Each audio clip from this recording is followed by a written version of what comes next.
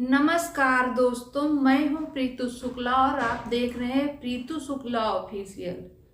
अगर आप राजनीति और देश की बड़ी खबरों को आसान और साफ शब्दों में समझना चाहते हैं तो अभी हमारे चैनल को सब्सक्राइब जरूर कर लीजिए और फेसबुक पेज को फॉलो करना बिल्कुल मत भूलिए, क्योंकि यहाँ हम आपको हर बड़ी खबर की पूरी सच्चाई और अंदर की कहानी सबसे अलग अंदाज में बताते हैं।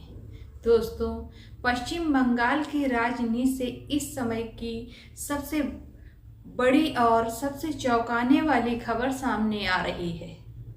जिस बंगाल को कभी ममता बनर्जी और तृणमूल कांग्रेस का मजबूत किला कहा जाता था, वहां अब पूरी तरह सत्ता बदल चुकी है। चुनाव के नतीजों ने ऐसा राजनीतिक तूफान ला दिया है जिसकी चर्चा सिर्फ बंगाल में नहीं बल्कि पूरे देश में हो रही है। लेकिन सबसे बड़ा सवाल यही था, आखिर बीजेपी की इतनी बड़ी जीत के बाद मुख्यमंत्री कौन बनेगा? क्या पार्टी किसी पुराने चेहरे पर भरोसा करेगी या फिर बंगाल की राजनीति में कोई नया अध्याय शुरू होने वाला है? दोस्तों, कोलकाता में बीजेपी विधायक दल की एक अहम बैठक बुलाई गई। बैठक में पार्टी के कई बड़े नेता मौजूद थे। गृह मंत्री अमित शाह खुद वहां पहुंचे थे। साथ में केंद्रीय पर्यवेक्षक के रूप में मोहन चरण मांझी भी मौजूद थे। पूरा माहौल बेहद गंभीर था। कैमरे चालू थे। नेताओं की नजरें मंच की तरफ टिकी थी और पूरे बंगाल की जनता टीवी स्क्रीन पर बस एक नाम सुनने का इंतजार कर रही थी। फिर अमित शाह मंच पर आते हैं और जो घोषणा होती है वह बंगाल की राजनीति का इतिहास बदल देती है। अमित शाह कहते हैं कि बीजेपी विधायक दल की बैठक में मुख्यमंत्री पद के लिए कई प्रस्ताव आए, लेकिन हर प्रस्ताव में सिर्फ एक ही नाम था। दूसरे नाम के लिए भी इंतजार किया गया, लेकिन कोई दूसरा नाम सामने नहीं आया। और फिर तालियों की गूंज के बीच अमित शाह ने ऐलान किया कि मैं केंद्रीय पर्यवेक्षक के रूप में शुभेंदु अधिकारी जी को पश्चिम बंगाल विधानमंडल दल का नेता निर्वाचित घोषित करता हूं। यानी अब पश्चिम बंगाल के नए मुख्यमंत्री होंगे शुभेंदु अधिकारी। दोस्तों, यह सिर्फ एक नाम की घोषणा नहीं थी, यह बंगाल की राजनीति में एक नए युग की शुरुआत मानी जा रही है। अब अगर शुभेंदु अधिकारी की बात करें तो उनका राजनीतिक सफर किसी फिल्मी कहानी से कम नहीं माना जाता है। एक समय ऐसा था जब शुभेंदु अधिकारी को ममता बनर्जी का सबसे करीबी नेता माना जाता था। तृणमूल कांग्रेस के बड़े चेहरों में उनका नाम सबसे ऊपर लिया जाता था।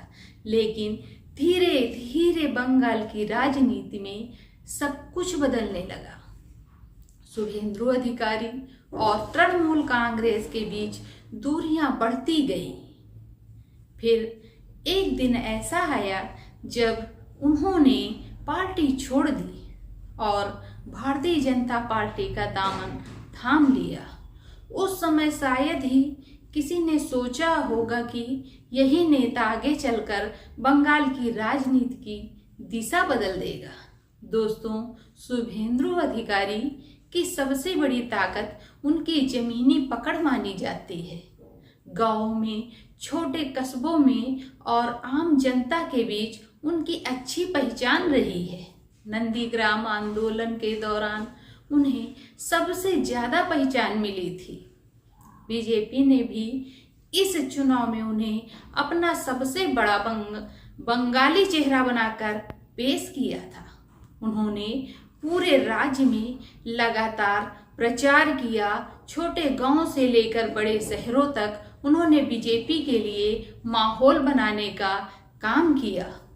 राजनीतिक जानकारों का मानना है कि बीजेपी को इतनी बड़ी जीत दिलाने में शुभेंदु अधिकारी की भूमिका सबसे अहम रही है। अब अगर चुनाव परिणामों की बात करें तो बीजेपी ने पश्चिम बंगाल विधानसभा चुनाव में 207 सीटें जीतकर शानदार बहुमत हासिल किया है। यह जीत इसलिए भी बड़ी मानी जा रही है क्योंकि लंबे समय से बंगाल में तृणमूल कांग्रेस का दबदबा था। ममता बनर्जी लगातार सत्ता में बनी हुई थी और माना जा रहा था कि बीजेपी के लिए बंगाल जीतना आसान नहीं होगा, लेकिन इस बार चुनावी रणनीति पूरी तरह अलग दिखाई दी। प्रधानमंत्री नरेंद्र मोदी ने कई बड़ी रैलियां की। अमित शाह लगातार बंगाल के दौरे करते रहे।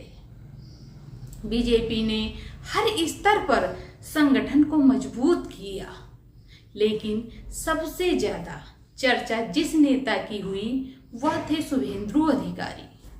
दोस्तों, अब मुख्यमंत्री बनने के बाद शुभेंदु अधिकारी के सामने चुनौतियां भी कम नहीं होंगी। जनता ने बीजेपी को बड़े भरोसे के साथ वोट दिया है। चुनाव के दौरान बीजेपी ने रोजगार, विकास, उद्योग और कानून व्यवस्था जैसे मुद्दों पर बड़े वादे किए थे। अब बंगाल की जनता यह देखना चाहेगी कि नई सरकार उन वादों को कितनी तेजी से पूरा करती है।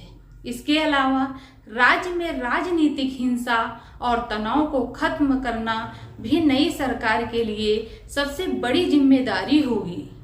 पश्चिम बंगाल लंबे समय से राजनीतिक संघर्षों की वजह से चर्चा में रहा है। ऐसे में लोगों की उम्मीद है कि नई सरकार राज्य में शांति और विकास का माहौल बनाएगी। दोस्तों, बीजेपी की यह जीत सिर्फ बंगाल तक सीमित नहीं मानी जा रही है। राजनीतिक विशेषज्ञों का कहना है कि इसका असर आने वाले समय में राष्ट्रीय राजनीति पर भी देखने को मिलेगा। दोस्तों, दूसरी तरफ तृणमूल कांग्रेस के लिए यह हार बहुत बड़ा झटका मानी जा रही है। लंबे समय तक सत्ता में रहने के बाद पार्टी पहली बार इतनी बड़ी हार का सामना कर रही है। अब सबकी नजर इस बात पर है कि ममता बनर्जी आगे क्या रणनीति अपनाती हैं। क्या तृणमूल कांग्रेस वापसी कर पाएगी या फिर बंगाल में अब बीजेपी का नया दौर शुरू हो चुका है। फिलहाल पूरे बंगाल में बीजेपी समर्थकों के बीच जश्न का माहौल है। पार्टी कार्यालयों के बाहर मिठाइयां बांटी जा रही हैं, ढोल बजाए जा रहे हैं और कार्यकर्ता इसे परिवर्तन की जीत बता रहे हैं। अब आने वाले दिनों में शुभेंदु अधिकारी शपथ ले सकते हैं और इसके बाद पश्चिम बंगाल में नई सरकार कामकाज संभाल लेगी। तो दोस्तों, आज की सबसे बड़ी खबर में इतना ही। दोस्तों, आज शुभेंदु अधिकारी शपथ 11 बजे ले सकते हैं। आपको क्या लगता है, क्या शुभेंदु अधिकारी बंगाल के तस्वीर बदल पाएंगे? क्या बीजेपी अपने सभी वादे पूरे कर पाएगी? अपनी राय हमें कमेंट में करके जरूर बताइए। और अगर आपको हमारी यह रिपोर्ट पसंद आई हो तो वीडियो को लाइक जरूर करें, अपने दोस्तों के साथ शेयर करें और प्रीतु शुक्ला ऑफिशियल को सब्सक्राइब करना बिल्कुल मत भूलिए। फेसबुक पेज को भी फॉलो कर लीजिए क्योंकि यहाँ आपको हर बड़ी खबर सबसे पहले और सबसे आसान भाषा में देखने को मिलती है। धन्यवाद।